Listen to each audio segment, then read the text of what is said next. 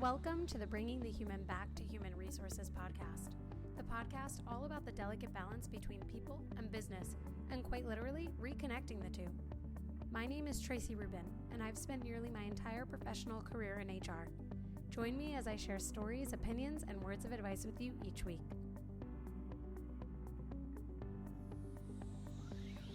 Welcome back to the podcast, everyone.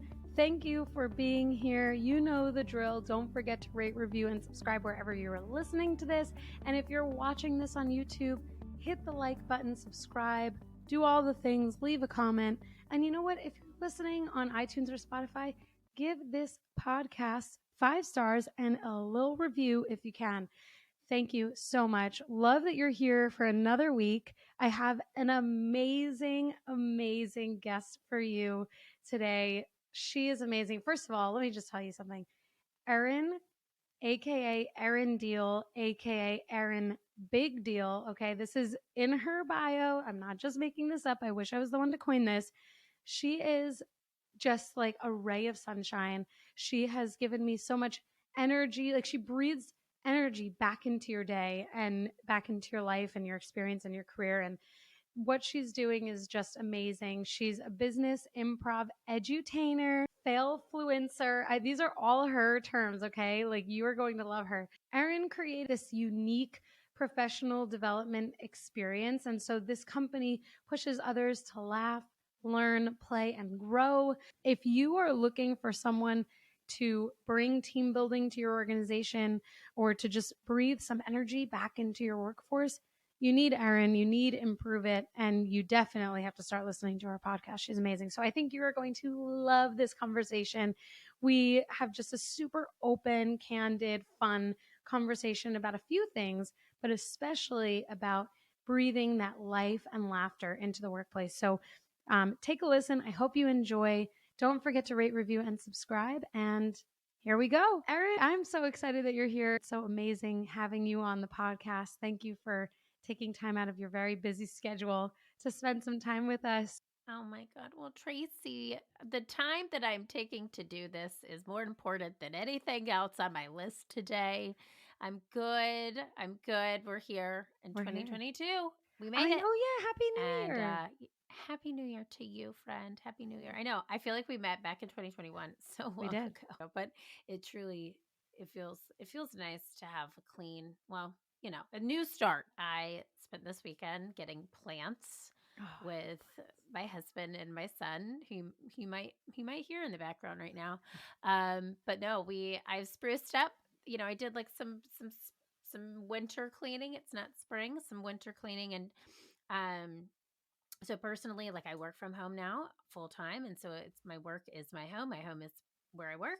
And so I just needed it to feel organized and have some, fresh pops of life in it. And then same thing with Improve It. We did what we call a CEO day at the end of 2021, where we get organized for the new year.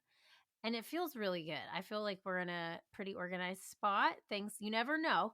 So we used to plan the whole year in advance. And now, because of 2020 and 2021, we have yearly and annual goals, but we decide let's just plan the quarter, because we know what most likely will happen in Q1. But the days of planning 5 years in advance for me are over at this point. So I don't know how businesses still do it's it. been a journey. I always say, is like, we can control is our attitude, our efforts. That's it. So as long as you've got the right mindset and you've got the right effort into the goal that we've set for ourselves, we can go forward. But when we don't have those things, it's hard to keep going. I love it. I mean, you're totally right. And actually, I think this is the perfect segue, because I find your business and what you do for people and other businesses so inspiring and exciting to learn more about. And I have to tell you, I have been binging your social content because I just find you to be so funny. And it just really brightens my day to see you in a new wig or like having fun with your team. And so obviously I've introed you for the episode, so the listeners have a little bit of an idea about Improve It and what it is that you do. But I'd love to hear from you, what what helped you to, or like what inspired you to reimagine team building through improv and fun, and where the concept of Improve It came from? Oh my God. Well, first of all, you just made my day. So thank you. Sometimes you create content and you're like, it's just going into the abyss. And, that's the Totally. intention, is to make somebody's day better, to brighten people's day at work. My hope is that people go to our pages when they need just a reprieve from a spreadsheet or a tough team meeting, and they get some laughter, levity, positivity, and can use that to inspire the rest of their day and maybe learn a thing or two while they're there. So, Improve It was created through, actually, it was actually kind of a dare, not a dare, but more of a surprise. I did not I did not grow up thinking this would be my life. I did grow up thinking I want to do something that empowers people, that makes people better, that makes people laugh. I really always had that mindset growing up. I was voted class clown in high school. That came up the other Oh, I day with love my that. high school girlfriends. So it just was in the wheelhouse, and then moved to Chicago and started. My goal was to be a talk show host, Tracy. It was supposed to be Oprah. Okay. I love it. So I moved to where Oprah lived. That was where my first step, my after college with a communications degree from Clemson got me, was waiting tables in Chicago doing improv comedy. And I also just found myself really thriving at improv and loving the things that I was learning. I did start booking a lot of hosting things, but it was really always improv and sketch comedy were always drawing me back when I would come back to Chicago because I was traveling a lot. But as I started getting into a full-time job, I kind of stopped doing the gig work and went into a full-time role at a business, doing business development at a recruiting firm. I saw everything that I was doing on stage in my classes and everything that I was learning in improv making me better at my job, literally. And I am a product of improv making you and myself a more well-rounded individual, professional human being. I was more present, thought more quickly on my feet. I was a better listener. So a friend of mine asked me to join a pilot program for her. She was an entrepreneur. She was creating a sort of like a round table for women who had business ideas. And I said, Nicole, I don't have an idea. And she goes, just come. I just want your feedback. And so I came, and through that, the concept of Improve It was born. I started sitting on it, thinking about it. I told my boss at my recruiting firm at the time about it, and she goes, this is an amazing idea. Why don't you pitch it? And all of my clients were in HR and talent acquisition. And so one of our clients was United Airlines, and she goes, why don't you pitch this Wow. to United? And so I built a workshop for United. They loved it. They started giving me feedback and more time with their teams. And then from there, I just scaled it. I knew it was more than just me. And now I've got 22 facilitators between Chicago, New York, LA, Charlotte, North Carolina too. And we've really evolved from this in-person business because of 2020 to a now hybrid business of in-person and virtual events. It's crazy, Tracy. That journey Wow. was nuts, but we've been doing this. The idea came to me in 2011. So now think of it this way. It's been 10 years in the making, almost 11 years, and we launched in 2014. So it's Wow. nuts to think about. That's amazing. It's amazing. And actually, I have to tell you, as you were talking about, just like the organic nature of how this came about, I was thinking about one of your episodes of your podcast, one of your more recent ones, which, by the way, you have to check out. All the listeners have to check out Erin's podcast, the Improve It podcast. Thank you. I love it. I always giggle, and I love a podcast that makes me giggle because everything is so serious in the world. And I love that you take something that is topics that are more serious, and you give us the levity and the opportunity to have a quick giggle. But the episode that I'm specifically thinking of is the Not Sherm Approved episode with Jan Jannerson. Yes. And Oh my I was God. like, I was enthralled in the episode. I had to tell you, I was like doing my makeup for work, and I was just like, I love this episode, like to the point where I started like going back to listen to it over. And my point here is that part of the episode was that like for Jan Jannerson, which by the way, for anyone who doesn't know, Not Sherm Approved, Jan Jennerson is an alias, not an actual name, but it's hilarious. But in the episode, like there's this conversation around like just kind of like organically coming to these ideas and how these things kind of just come up by nature, and that when you go with it, you really it takes on a life that you don't even have to you don't have to put too much into it other than like running a business. Obviously that's a ton of work, but when something clicks, it just clicks. So it made me think of that. It made me so happy. I'm like, oh, it's not in the void. No, I'm just kidding. No, It's that it's not in the void. true. Well, let me tell you this. I first of all would love to know who Jan Jannerson is. Okay. I feel like she was my friend. I feel like Tracy, you and I would be friends with her. She was so Yeah. funny, and she reminds me of a girlfriend of mine. And so the whole time I'm talking to her, I'm thinking I'm talking to my friend Becky. And I told her afterwards, I was like, if there is ever a point that you want to tell me who you are, like I would like to be your friend. I still don't know who she is. Oh, And she and I are, kind of social media buddies now. And I still have no clue who she oh my gosh. And is. I was going to ask you, like, did you get to see her? Did you get to figure out who she is? No. I want to be on a group chat with you and Jan Jannerson. I feel like maybe there's a way we can make it happen. Tracy will make it happen. Follow her content too, because Yeah, you're she's amazing. obviously we have a ton of people listening in HR here. Oh God, it's hilarious. Thanks for listening to that. That episode in particular is just one of my favorites. I understand the need to keep private. So yeah, it made me think. I was like, hilarious. oh, could I have had an alias too? Would I have posted even more? Like, would I be more extroverted with my content if I had an alias? Maybe, but there's a time and place for everything. I think sometimes there's a beauty in anonymity, and there's also a huge benefit in not being anonymous as well. So I thought the same thing. I'm like, would I be edgier if I didn't show my face with a chicken hat everywhere? Probably. I know. When she was cursing on the episode, I was like, that's what I want to do. Because I don't curse on my podcast, but in real life I swear like a sailor. Tracy, can we talk about that? Yeah, I'm with you. I am so with you. And you know what's funny? My brother and my sister-in-law listen to my show and the Improve It podcast, and they say like you're like holding back a little bit on the the like edge. And I say truly, there's you've got to keep it some line of professional, but I do swear, and I just don't want to change the rating of the show.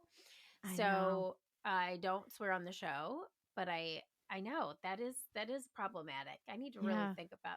I gotta really think about swearing as a goal in 2022. That's what I need to do. Yeah. Let's make a goal. As part of my 2020 vision board. Put it on. Yeah, I was gonna say put it on a vision board. Say the F word in the podcast at least 5 times. I mean, swearing is. It's gonna sound crazy, but swearing like cursing is a huge part of my life. Like it's like truth. Yeah, huge part of my life. I feel like it makes me much more relatable and funnier. But at the same time, it's like I think about, oh, well, if a future boss of mine is listening to my podcast and all of a sudden I'm like, swearing like a sailor, are they going to think less of me? Do I want to put myself? But it's like kind of foolish to think that way. I don't know. Maybe it's not. Maybe it's totally realistic. No, it's not foolish. You know what we should do? We should create an alias of ourselves. And so it's like Beyonce's Sasha Fierce. Yes. So like whenever we want to swear on our shows, we just say it's our alter ego. And so it's still us, but it's like a version of us. Yeah, I like that. My favorite phrase, like when I feel like I need to curse, but I'm not in a place where I can, is saying nuts and bolts. So instead of like, F, I say, oh, nuts and bolts. I'm like, look at us keeping the rating of this show like at a PG level for you. Right. It honestly, when I was listening to Jan Jannerson on your episode, I was thinking like, am I being the HR person that I constantly work to like break down, meaning like the stigmatized HR person is like my antithesis. I will never be that person. I'm like, by not cursing, am I adding to that like idea that HR is not a real person and like not a human being that can say the F, you know what I mean? So maybe I actually have to start cursing on my show. Tracy, I think we need to work through this. I think we need a couch. We need a therapist. We need to sit down and think about this, because I am thinking, it's also interesting if we're like going even deeper with Jan Jannerson, I'm going to make sure Jan listens to this episode. But if we're going deeper, it's like she really took the metaphor of HR and she created the alias that she wanted to be for all of HR people, you know, around the world. Yeah. She is the Sasha Fierce of HR. Yeah. Wow. Jan, I know. Well, thank you, Jan. Jan's a movement. Jan's a movement. This episode is brought to you by Namely. The last few years have changed the way we work forever. 2022, we know, will be no exception. We have at-home workforces, internal mobility, team community, all of these things will continue to evolve and be more important than ever. And that is why you need Namely, the all-in-one HR solution that offers everything you need to set you up for success in the new year so that you can meet the new HR trends of 2022 head on. Namely helps you to easily adapt to the ever-changing workplace and maintain a great experience for the entire employee lifecycle, whether it's onboarding, performance management, intuitive benefits enrollment, it's all on one connected platform. Plus, Namely can streamline your payroll, time tracking, and vacation requests, whether you have 50 employees or even 1,000. So that way you have the opportunity to be everyone's favorite HR leader, no matter how your company grows. So this new year, don't just keep up, get ahead. Learn more about making the switch to Namely today at namely.com. Don't wait, that is namely.com. One of the things that I think is so wonderful about you and what you do is that your mantra really is to get comfortable with the uncomfortable.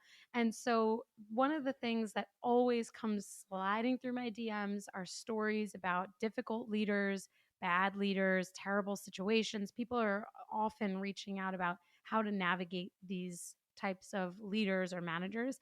So I would love to know from you, when you're in a position where you're hosting something, you're maybe consulting, you're leading an event with a company, like let's take United for example, as far as like what you do, right?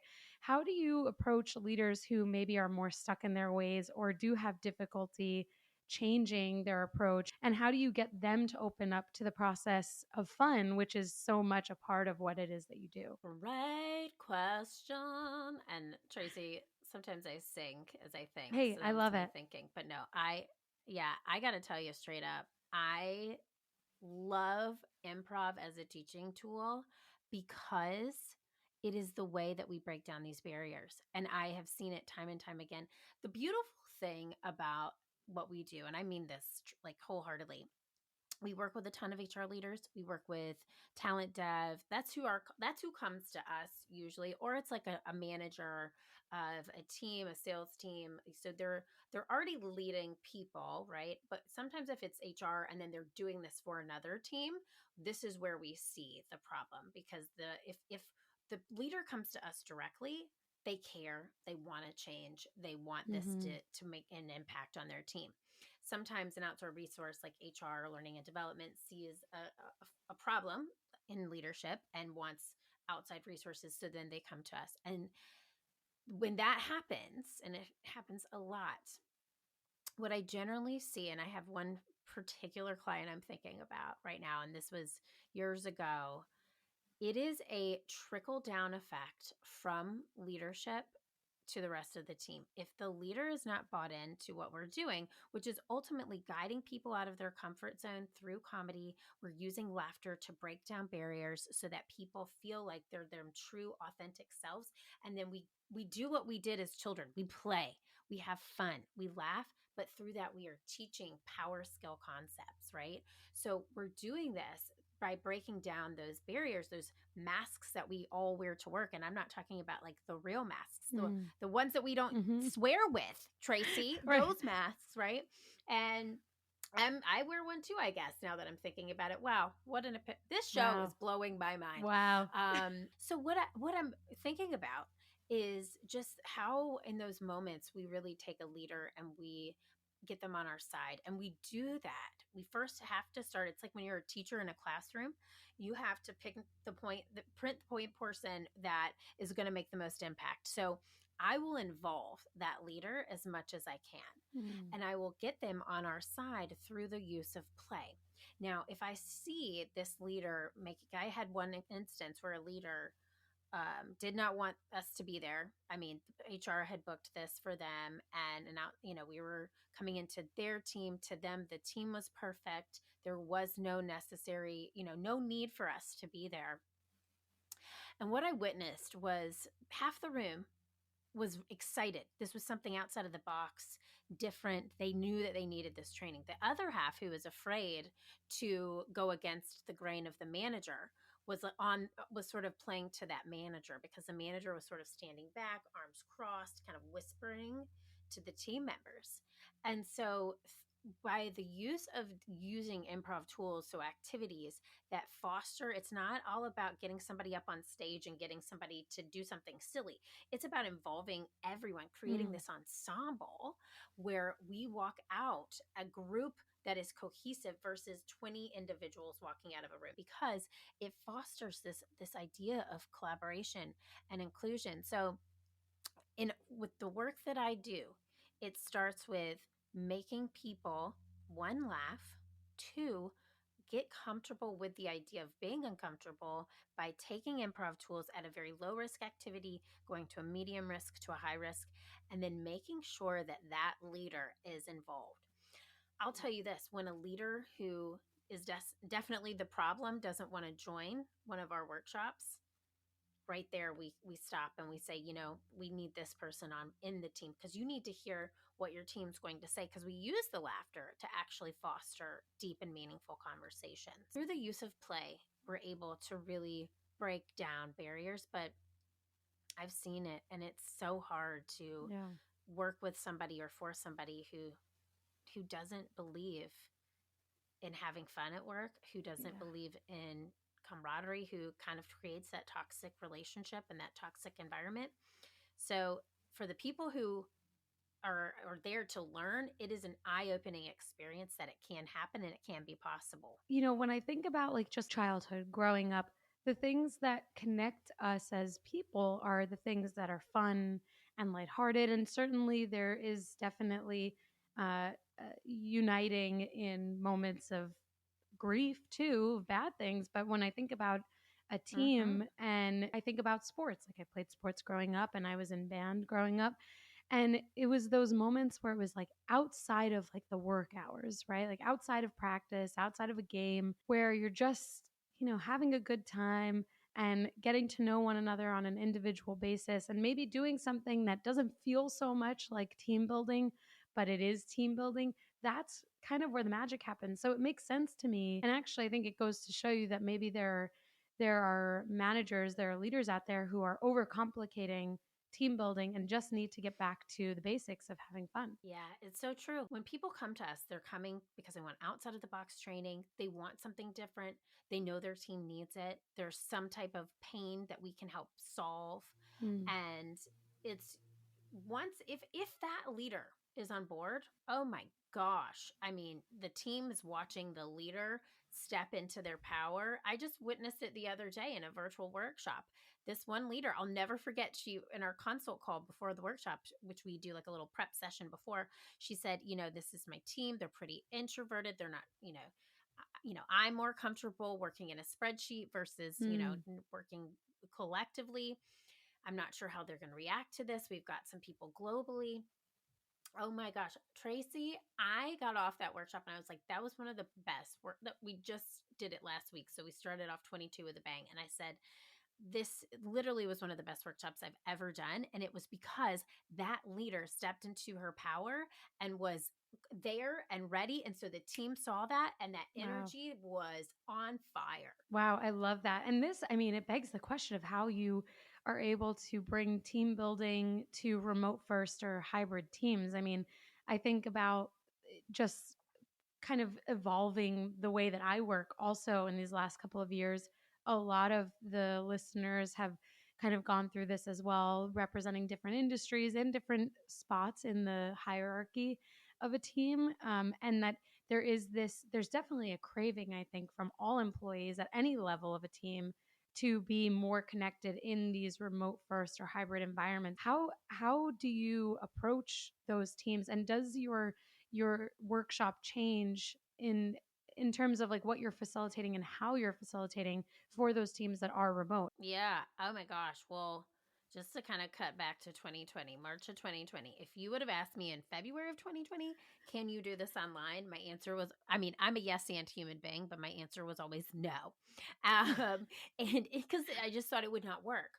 Well, when everyone's stuck at home and you're forced to pivot or, close your doors, you pivot. And we pivoted so hard. But that first few months, I'm not going to lie to you, it was rough. Like we would ask people to come check out what we were doing online. And people were unsure. They were thinking, oh, we're just going to be home a few weeks. We won't need virtual. Well, once we got into about end of April, people said, okay, what can you do for my teams this summer? And so summer really picked up for us in 2020. But it is a definite challenge for every team. How do we connect? How do we create collaboration in this hybrid workforce?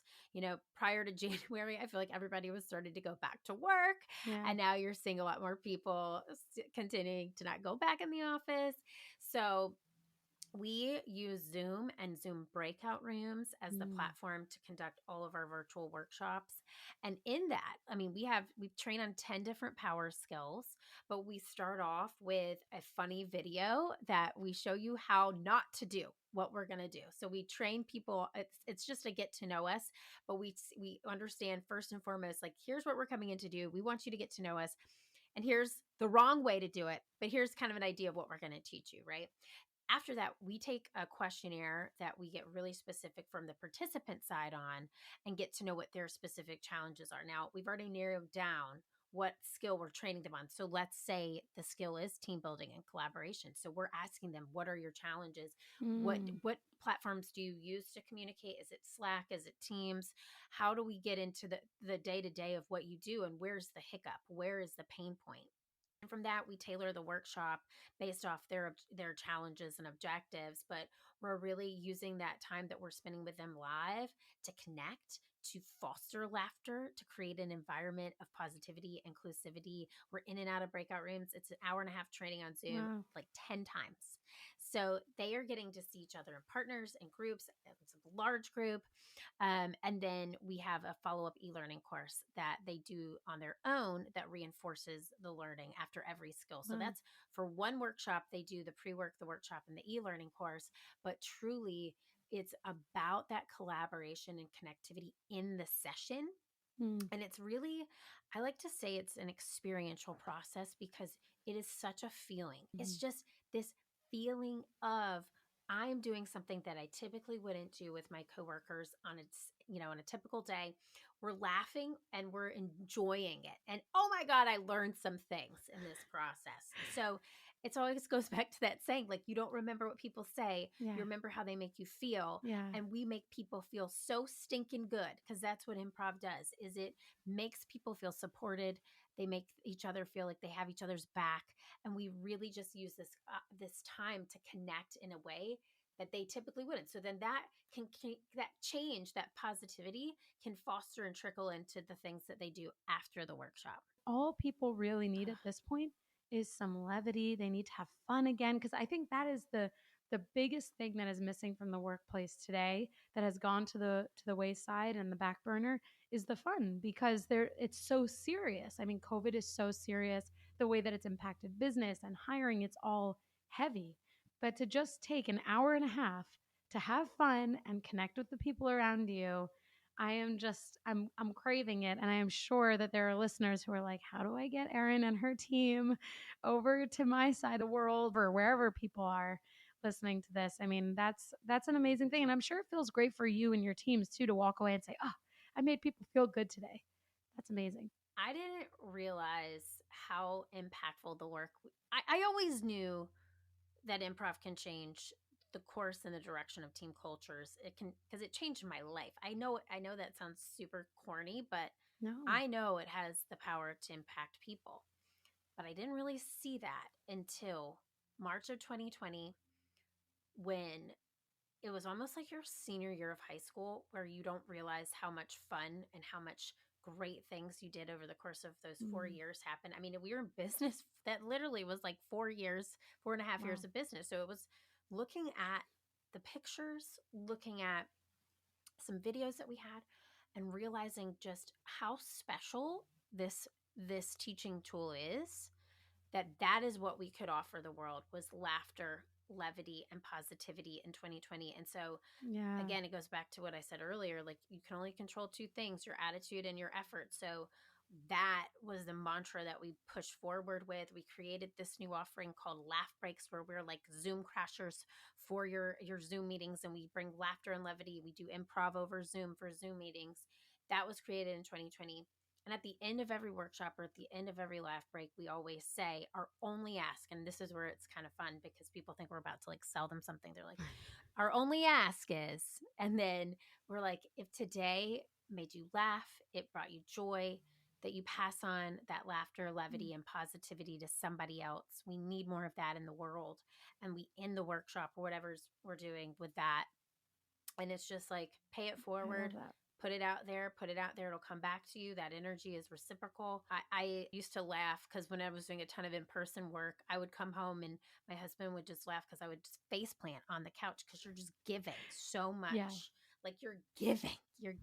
And so it does feel good. 2020 was a real turning point for who is this company? What do we stand for? And that is it. And so we just got to run as hard as we can into that and bring it to people because they need it, and we needed it selfishly. It was also fun to do the work that we do for us because I needed it. I needed it. Yeah.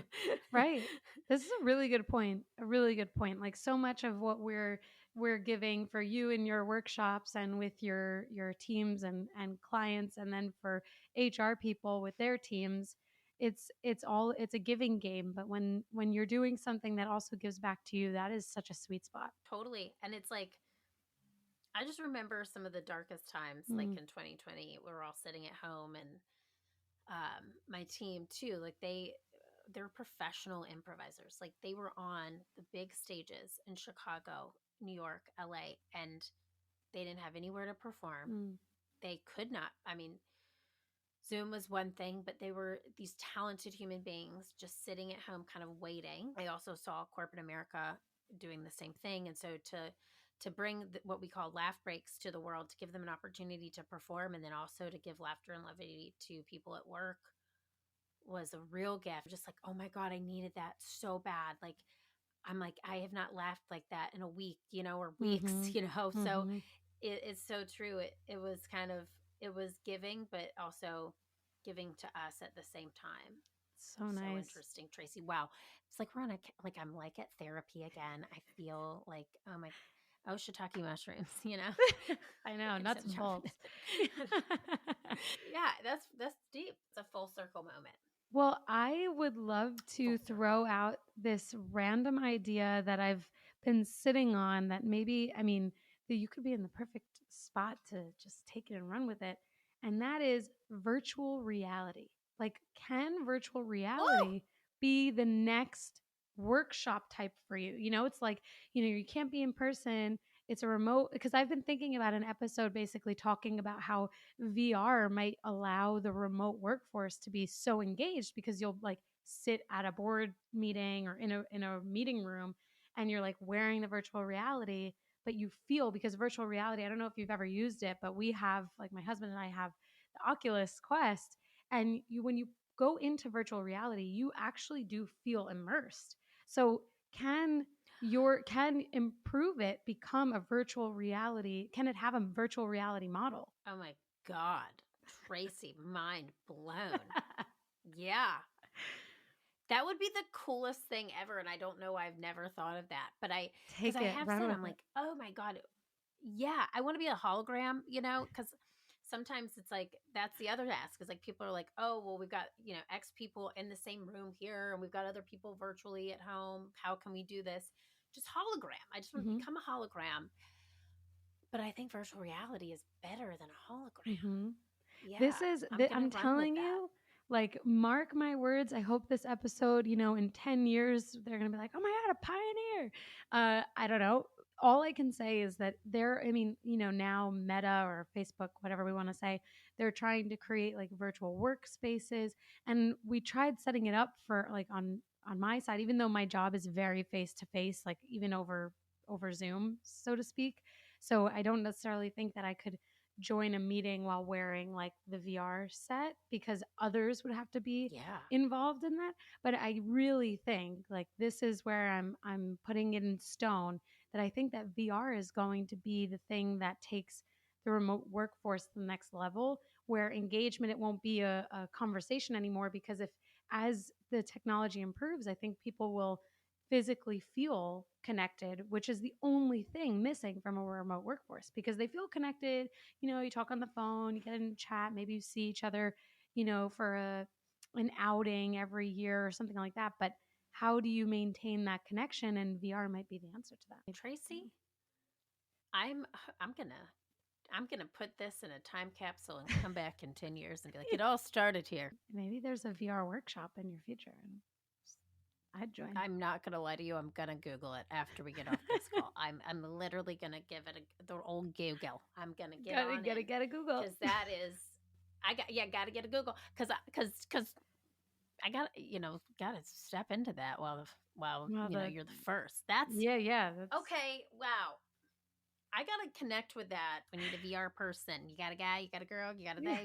We need a person. We need a person. I'm not gatekeeping. I'm not gonna edit this out. This is gonna be okay. Don't. Yeah, we're putting it out there, because then one day when everyone's like, "Who came up with this idea?" they'll know it started here, and maybe the listeners, they'll take it and run with it, and maybe we'll start a fire with this. I am here for this right now. I'm so here for this. All right. I'm serious. If you have a VR person, send them because this, I'm always, hey, this is yes and working at its finest. Mm-hmm. This is how it all starts. The beauty of brainstorming. Here. So let's go. Yes. And Tracy, I will give you some residuals for whatever happens. This all start, and now it's and it's in the universe on the podcast airwaves. So there we go. You'll get a kickback. You heard it here first. You'll get a kickback. You've given me so much energy. I'm ready to take the rest of my day and just run with it. And I know that you are busy changing lives with laughter. And I just love everything about that. I've met some amazing people through the podcast, and they are doing amazing things, but I don't know that I've met someone doing just what you're doing, which is really just, bringing the human back to human resources and teams and people. And so I really appreciate what you're doing for the people out there in the working world. Tracy, you just made my day, possibly my week. We're recording on a Monday, so you just made my week. Thank you. And I love chatting with you. You have like a very like calming tone of voice, and it just makes me feel like I just want to like hang out all day and hey, we can shiitake mushrooms. And I feel like we covered a lot of ground here with VR and swearing and Jan Janderson, but also you're an amazing interviewer. So thanks for putting this podcast into the universe and for giving HR professionals a space to come together and find community and connect, which is what we're all craving. Yes, that's all we want. We just want more to life. We want, we're spending so much time at work. We've got to have a little bit more to it than just work, right? Thank you so much. I would love for the listeners to know where they can find you outside of this magical episode, of course. You are so awesome. Well, you can check us out at learntoimproveit.com. That's learn TO. And our podcast is the Improve It podcast on any place that you listen to pods, right next to this amazing one. You can also find us on social media, which that's the videos Tracy was talking about, at Learn to Improve It, or my personal handle is Keeping It Real Deal. And that's keeping with no G, because I'm keeping real. Keeping It Real Deal, DIEHL. And I'm on LinkedIn too. So let's hang out. Let's party online. But this has been so fun. Thank you so much for having me on your show. Of course. You're a delight. Oh, likewise. I've had so much fun. It's just so much fun to record with you. And I knew that it was going to be fun the moment we first connected. So I'm glad that we were able to do this. And I will also link all of those fabulous places to connect with you, Erin. I'll link all of that in the show notes so that, anyone listening and really looking to listen to you, connect with you, maybe bring you and your team in for a workshop or virtual, maybe in virtual reality in the future, we're manifesting it, that they can do that easily just by clicking the little link. Let's get it going. Yeah. Tracy, you put it out there. We're doing it now. We're doing it. We're doing it. Well, Erin, thank you so much. And I would love to have you on again. Thank you. I'm here anytime you want. Anytime. Thanks.